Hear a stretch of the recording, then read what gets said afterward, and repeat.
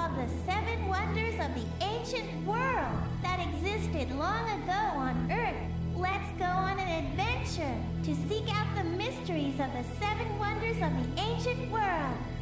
There is a computer that is filled with artificial intelligence that will help us on our journey. I'd like to introduce you to our partner for the trip, Allah Matter. Hello, I'm Allah Matter. I'll always be here. Just call me and I'll appear.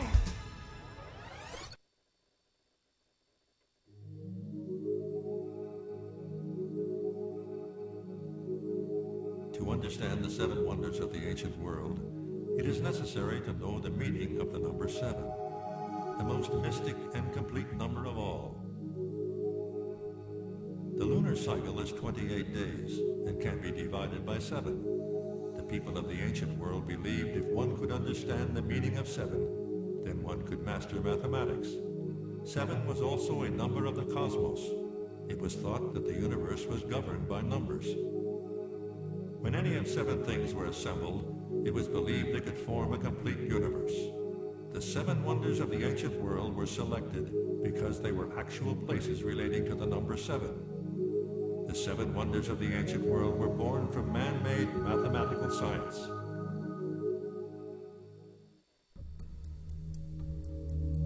The idea that the foundation of the universe is based upon numbers is demonstrated in proportions. Beauty is something that, when viewed from any angle, always has the same aspect ratio. Therefore, the basis of beauty is numbers. But unfortunately, we rarely find anything with such good proportions in nature. When things are placed far away, they seem smaller. When 2 objects are placed side by side, one always seems smaller. It is because of this that humans look beyond nature, and were driven to build structures that adhere to the principle of numbers. These creations became the symbol of beauty. Ancient people were amazed by these structures and came to believe that objects of beauty were those made by mankind. The 7 wonders of the ancient world were chosen by Phelim, a mathematician who lived around 200 BC. He chose wonders that existed at that time in the Mediterranean Sea region, or those that lay in ruins, but whose incredible stories remain. His selection is extremely interesting. What compelled Phelim to choose 7 wonders? I believe it was directly related to the fact that he was a mathematician. In his era, mathematicians were symbolic heroes of perfection. Phelim was most likely attempting to create a giant man-made space, or even something like a large city. For this, he selected the 7 wonders of the ancient world.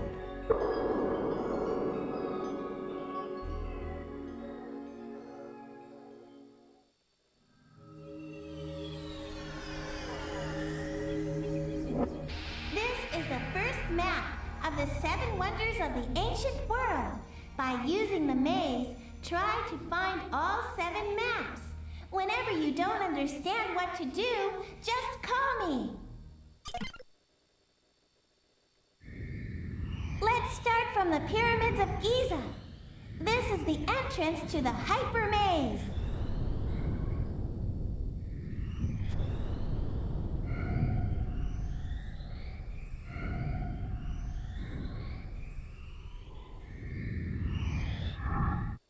These are the famous pyramids of Egypt, built in 2500 BC by the ruler of the 4th dynasty, King Khufu. They are located near the city of Giza.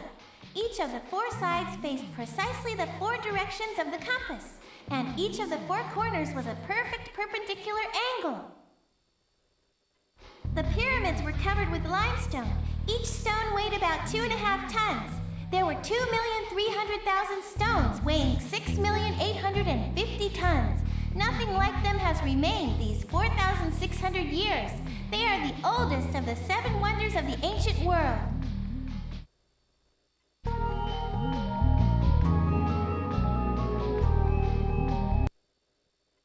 In this window, you can find information related to the 7 wonders of the ancient world.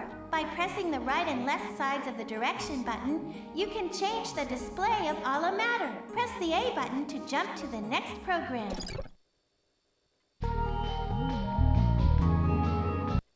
These are the famous pyramids of Egypt. Built in this window, you can find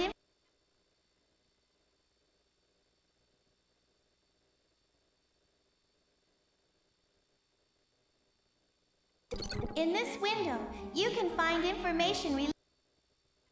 These are the famous pyramids of Egypt. Built. The pyramids were covered with limestone. Each stone weighed.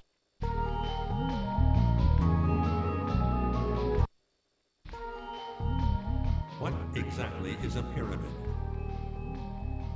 It is mostly known as a large tomb. But in actuality, it was a measuring device used to keep track of time and the seasons.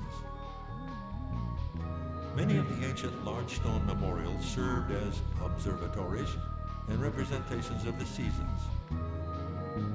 All of them calculated the passage and flow of time.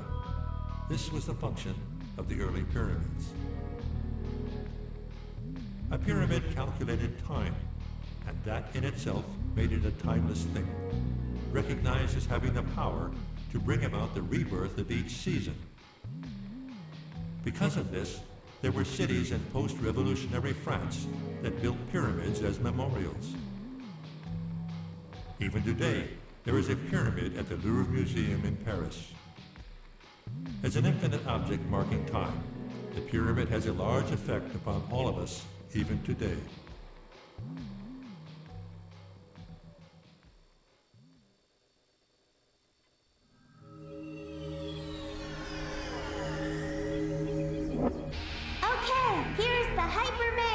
Passageways much like this one connect the 7 wonder zones. If you use the direction button correctly, you'll arrive at the next destination, Alexandria.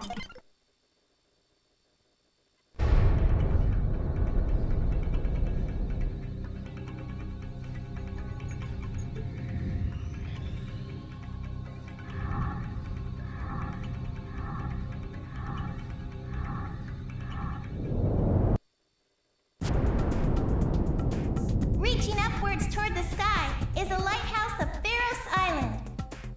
Built 2,300 years ago by King Ptolemy II in Alexandria, a city in which it was said the only thing lacking was snow.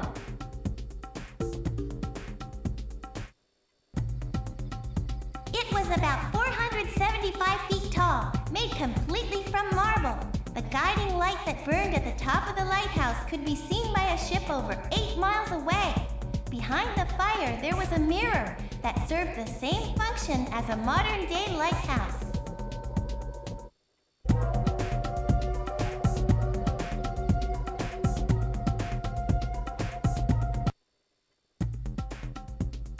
The Lighthouse of Alexandria was built both for communication and for information management systems.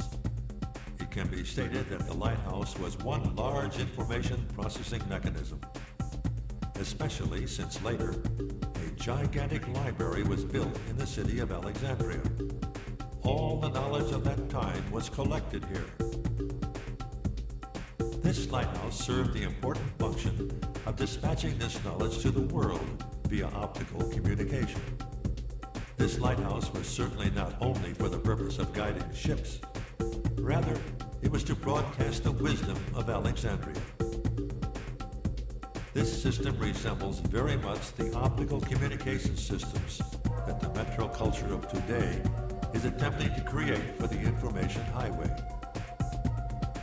Perhaps eventually, the infrastructure that is yet to be created in future cities will resemble the image of Alexandria.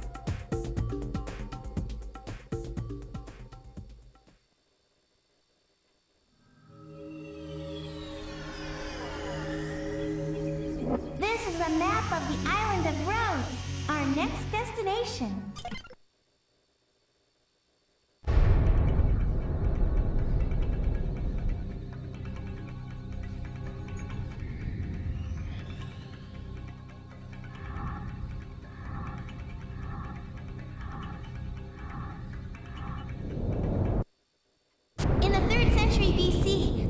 statue that stood at the entrance to the harbor of the island of Rhodes was the Colossus.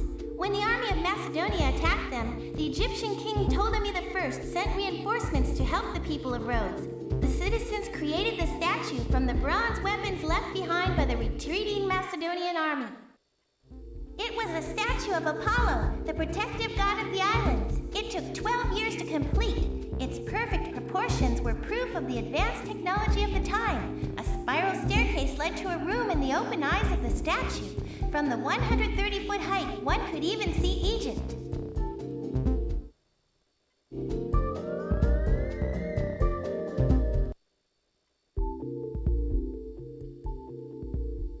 It is said that there was a huge statue of Apollo on the island of Rhodes. Where could this island have been? Let's consider somewhere in the Mediterranean.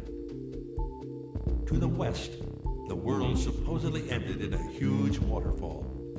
So, it must have been someplace to the east, toward Turkey and the Orient.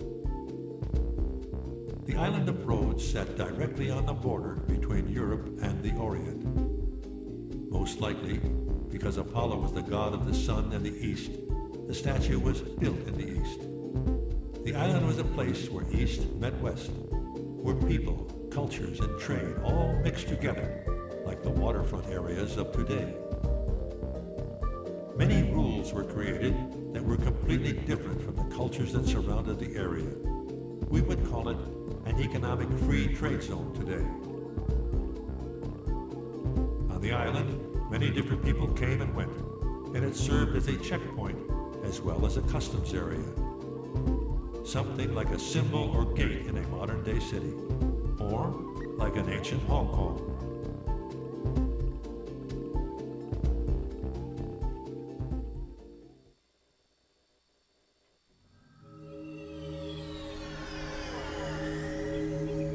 Our next destination after the island of Rhodes is Olympia.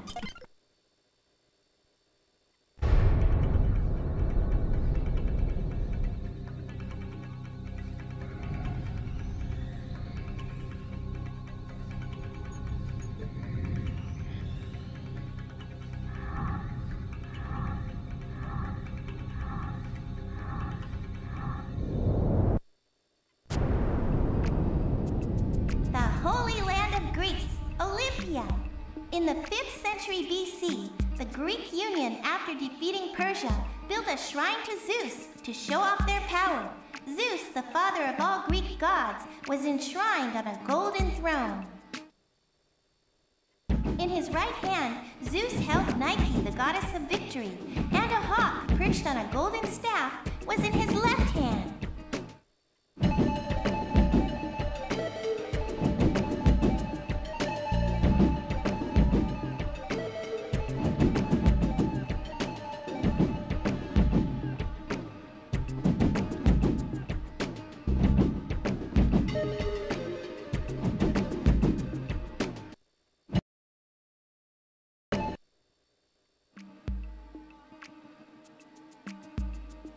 The Temple of Zeus is a place for the reverence of the god of men.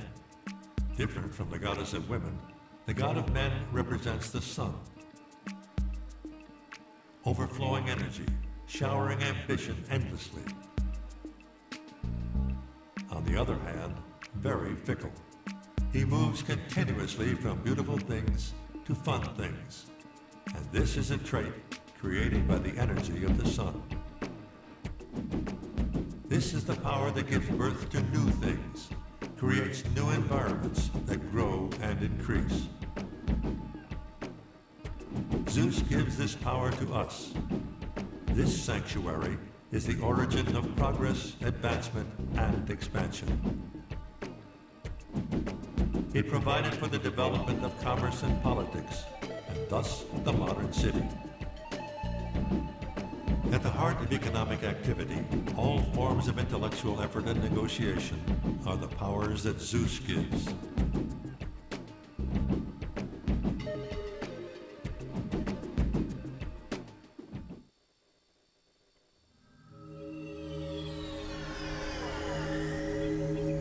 The next destination is Ephesus, home of the Shrine of Diana.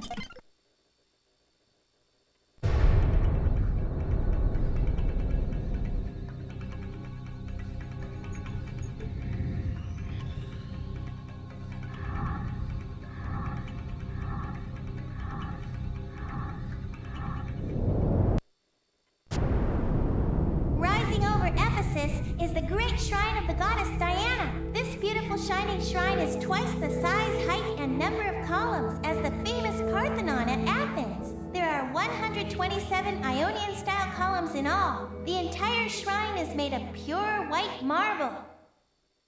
This shrine was built by King Croesus in Lydia, which was the richest area in the 6th century BC world from trade throughout Asia Minor. It took 120 years to complete. The goddess Diana was called Artemis in Greek. She had many breasts representing prosperity and quite a sensual figure.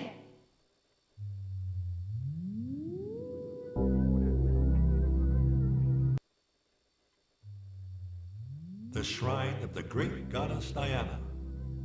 The important word here is goddess, or female god. Diana was the goddess of the moon, the symbol of night. Unlike the sun, the moon does not emit its own light.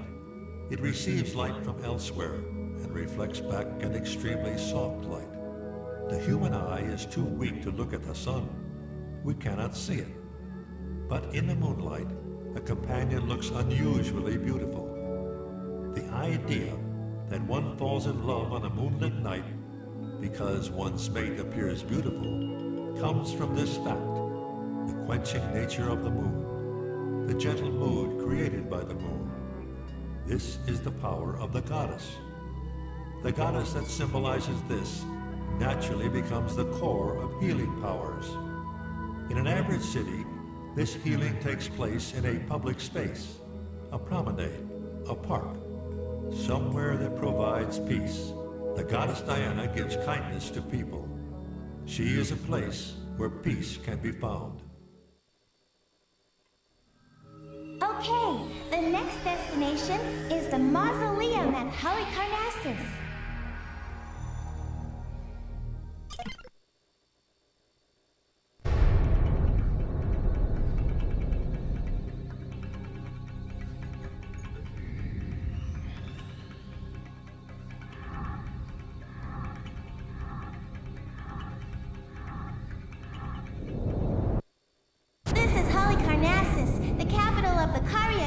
That flourished in Asia Minor during the mid-4th century BC. The edifice that towers over the central square is the Mausoleum of Mausolus, built by Queen Artemisia, the most opulent tomb ever constructed.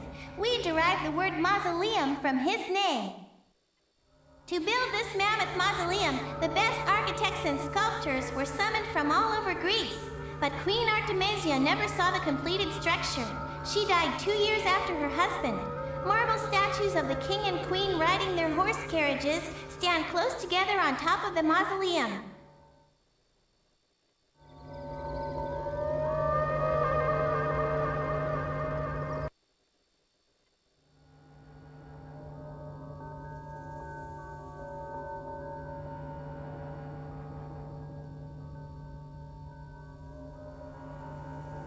The mausoleum of Halicarnassus was built by the queen to honor the death of King Mausolus.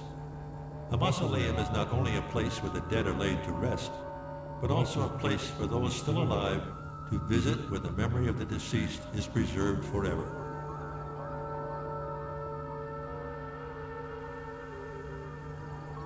A place for family members to offer flowers and converse with the dead. It becomes a place in a large city where traditions are given the strength to continue.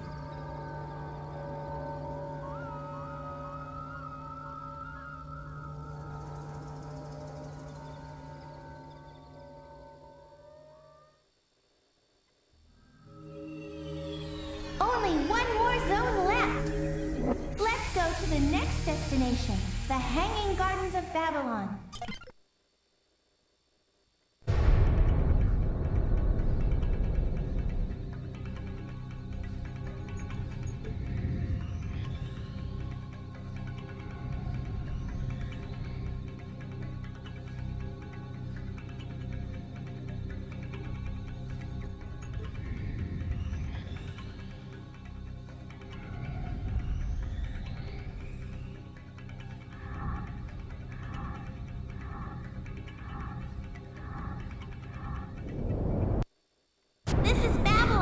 Which prospered during 600 BC. In the center of of the palace square are the Hanging Gardens, fed by water from the Euphrates River.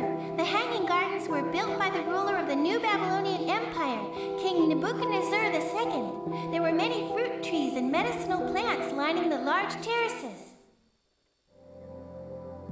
Because Babylon was dry and had little rainfall, the king pumped water into rooftop tanks and made artificial rain for his gardens.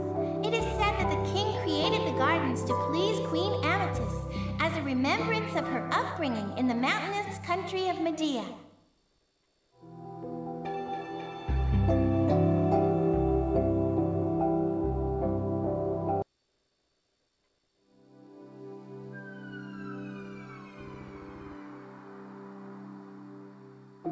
The Hanging Gardens of Babylon were not simply gardens. They were ecological gardens, employing extremely advanced techniques. The gardens were built in the middle of a desert where there was no foliage. How was it possible to build a garden in such a desolate place? The answer is in the word hanging. Notice how the gardens hang down from a very high level, created in steps and terraces. Why was this form of layering necessary? One reason was to let sunshine reach all the plants. Another was to allow water to flow down through all the levels. Most likely nutrients that aided growth were added to the plants. Today we call this hydroagriculture or hydroponics. It was a man-made growth mechanism, a structure built as an ecological or even a biotechnological space for the creation of completely new fauna. It is proof of how the people of that time realized the importance of greenery.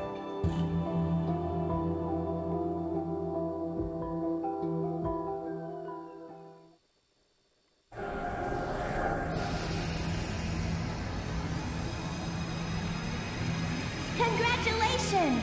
You've collected all 7 wonder maps.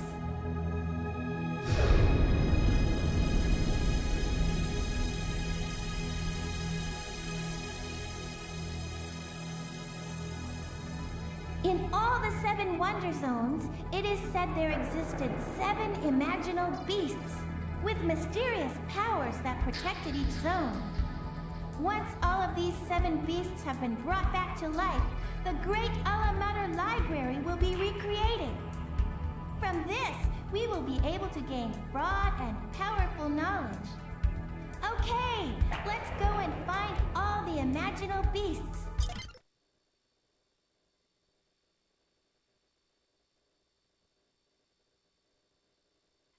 After selecting the coin icons, press the A button to bring the imaginal beasts back to life.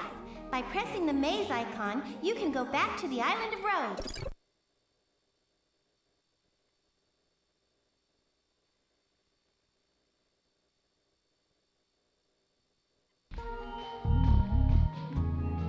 The Sphinx is the imaginary beast that protects the pyramids of Giza. Greek mythology tells of the riddle asked by a sphinx. What walks on 4 legs in the morning, 2 legs at noon, and 3 legs in the evening? The answer is human life. The question the Sphinx asked is one of cycle. That which prospers eventually dies out. Then it is reborn. Prehistory and early civilizations were acutely aware of this cycle. Because of this, a sphinx was placed in front of the pyramids to give them a cyclical image. However, our modern civilization that creates our cities has little or none of this cyclical consciousness.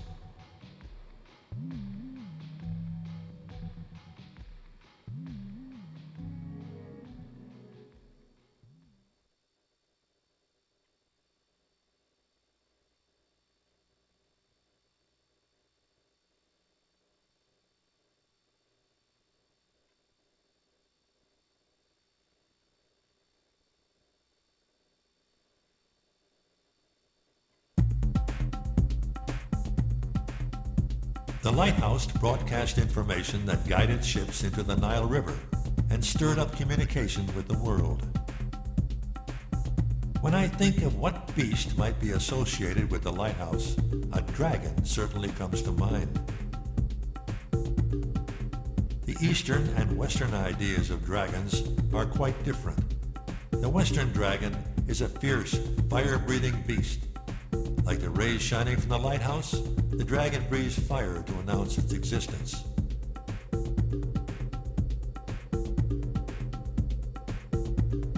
The dragon carries fire inside its body. It dwells in water to cool itself. If it fails to do so, it will burn to death. In the Mediterranean Sea, there is another kind called the sea dragon. It swims about freely and often approaches the beacon of a lighthouse. The lighthouse is the parent of the dragon. In this sense, there is no better imaginary beast than a dragon for the lighthouse.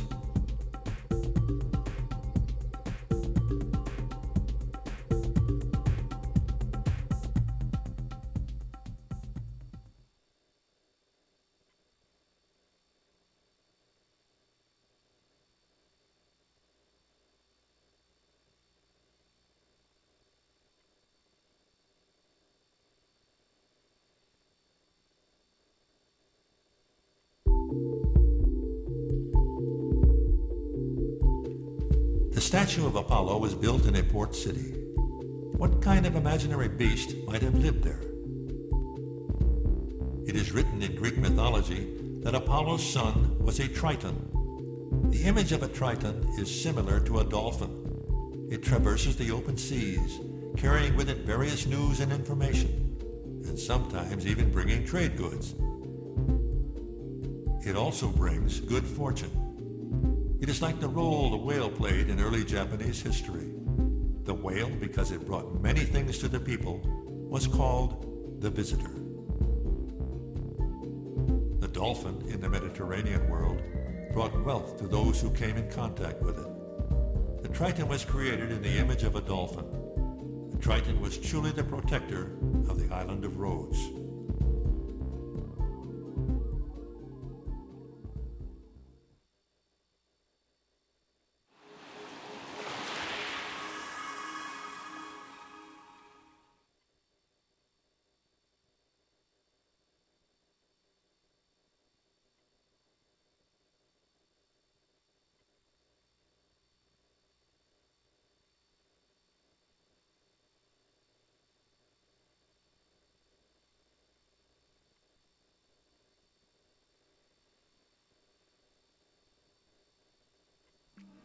Zeus, the god of men, the god that goes forward with unlimited ambition.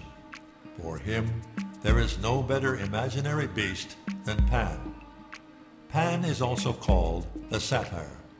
He represents the wild side of men and is always chasing after young women. Depending upon how you view him, he can also be called the demon of ambition. He is truly a Zeus-like god, but when Pan becomes active, he brings about panic. It is very important to uphold order in large cities, but when Pan enters cities and suddenly shows the wild side of men, he creates panic. Symbolically, when he creates an economic panic, he in turn creates chaos.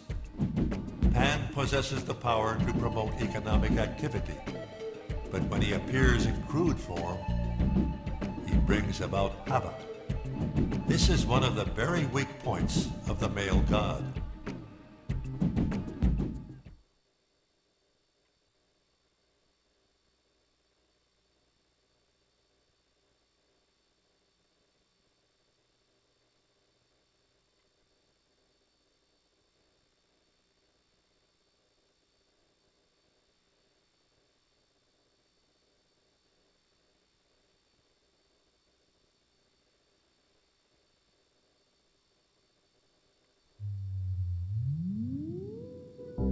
What would be an appropriate beast for the goddess of healing? The snake is very suitable, as it represents rebirth. A woman is usually considered as the even number of 2. Why is this so? because 2 is the number that is fulfilling and just sufficient, neither too much nor too little. A woman, in the same way, is exact. She is where ample healing is created. What then is a snake that represents 2? In ancient times, there was a snake with 2 heads, called amphisbaena in Mediterranean culture. This snake coiled around a type of cane called caduceus and was a symbol of healing. Today, it is depicted as 2 snakes coiled around a winged shaft, used by doctors to represent healing powers. The even-numbered snake truly possesses healing powers. For Diana, there is no better beast than amphisbaena.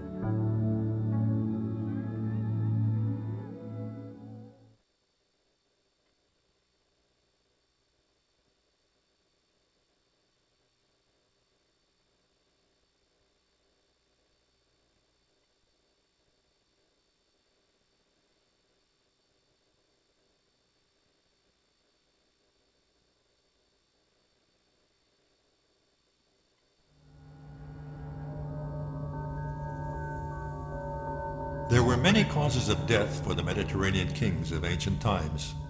The most frequent were poisoning and assassination. Many died from drinking the poison of a bitter enemy. Even though family members prayed for the dead, it was very important to cleanse the body of any poisonous liquid.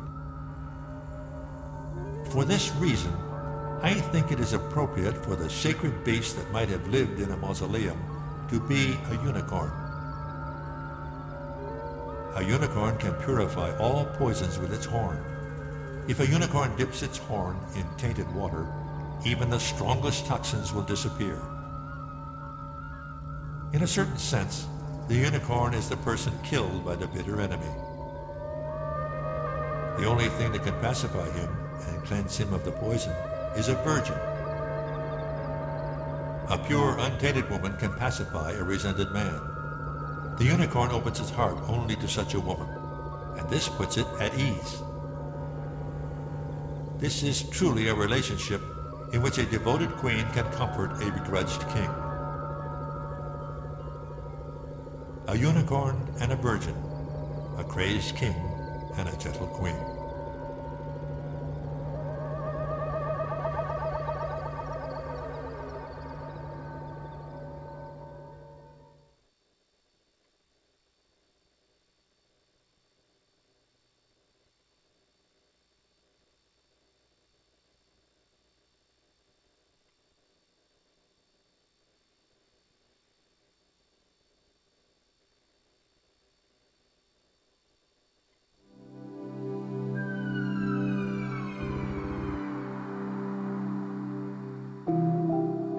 What exactly was the imaginary beast that lived in the hanging gardens of Babylon?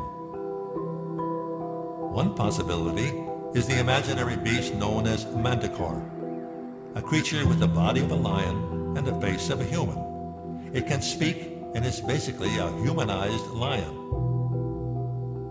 A manticore is completely different from lions found in the wild. Lions were originally the symbol of the desert. Because a manticore was depicted with the face of a human, meant that it had a very friendly relationship with humans. I believe that this lion truly symbolized the hanging gardens of Babylon. At present, we humans are trying to return to nature, but I think this will be a very difficult task. Instead, I believe it is important for us to actively create this artificial fauna and then go about taming it. The manticore is a symbol of nature turned human. I believe it is very appropriate for it to be living in such a place as the hanging gardens of Babylon.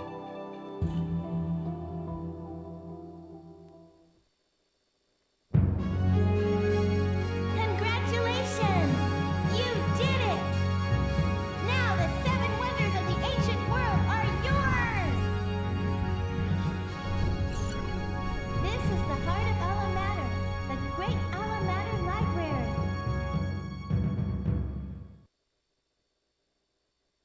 Try the Goku button to hear how to use the library.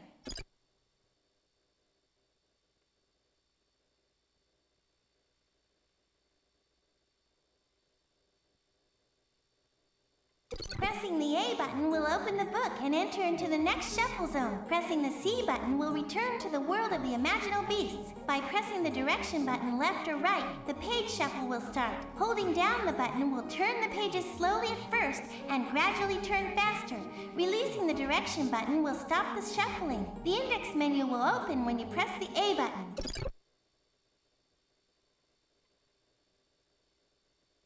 Try the Goku button to hear how to use the library.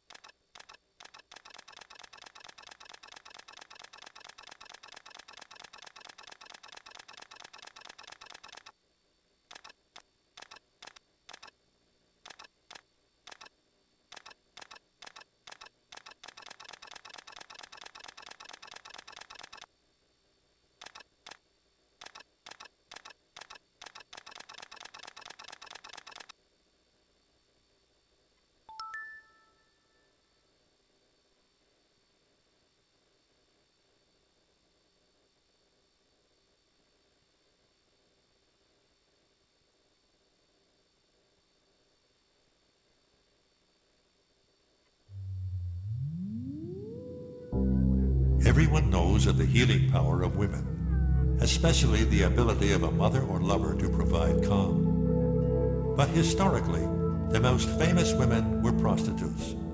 It is said that this is the oldest female profession, but actually, these women played a much more important role in ancient times.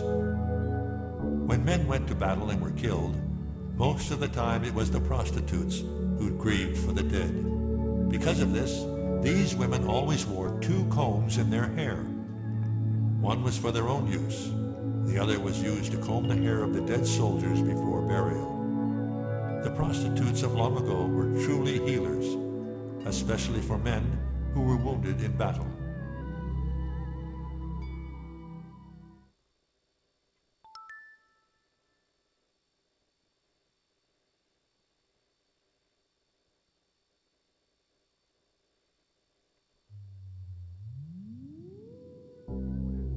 There have always been tales of the magical powers of the moon and how it provides us with a wonderful feeling through a very mysterious energy. This, I believe, is related to the moon and women. The moon controls most of the physics of living beings on the earth. It gives birth to eggs, to children, and raises them. Life is born and life dies under full moons and new moons. Women are the lunar power of governance. Unfortunately, man has leaned towards the sun and lost the physical powers of the moon. The moon exists inside a woman's body. By this moon, she governs physics. The gentleness of women, the moon, and physical governance are all interrelated.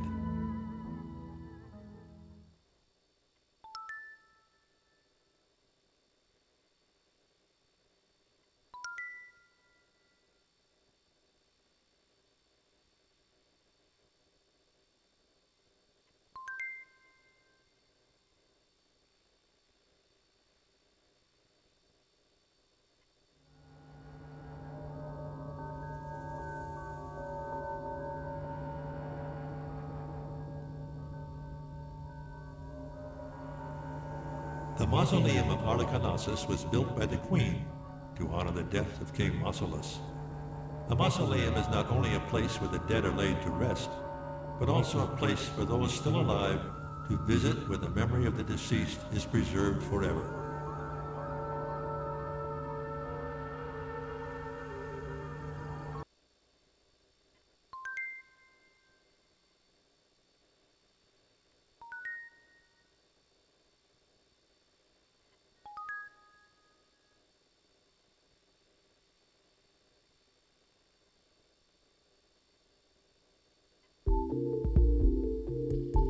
There are many theories behind the statue of Apollo at Rhodes. The most popular of these is that the statue stood with legs apart, and ships went in and out under this arch. The ancient drawings of the Seven Wonders seem to support this theory. But a statue standing with legs apart is quite difficult in an engineering and architectural sense. The popular view today is that the people of ancient times could not have built such a structure, and that most likely the statue's legs were closed.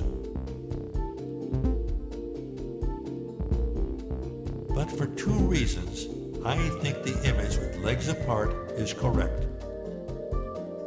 The first is that this is, after all, a wonder, a miracle built completely by humans. People undertook this task knowing it was extremely difficult in a mathematical sense for the statue to have its legs apart. Another reason is derived from a very real problem: the fact that boats went in and out and new trade took place. It was a huge passageway, and there must have been a gate. Most likely, Apollo's spread legs served as the gate. It is very plausible to think of Apollo's legs as straddling the two sides of the harbor.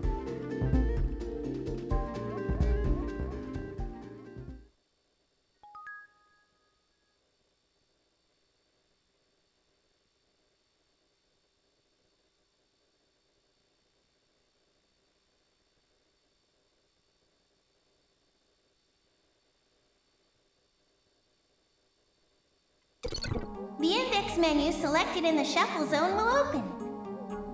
Use the direction button to select items you wish to see, then press the A button to access your choices. Use back and next to open menus that are before or after your present location.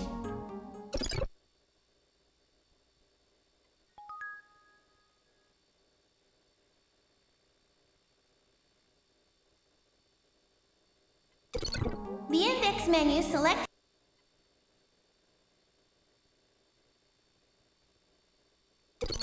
The index menu selected in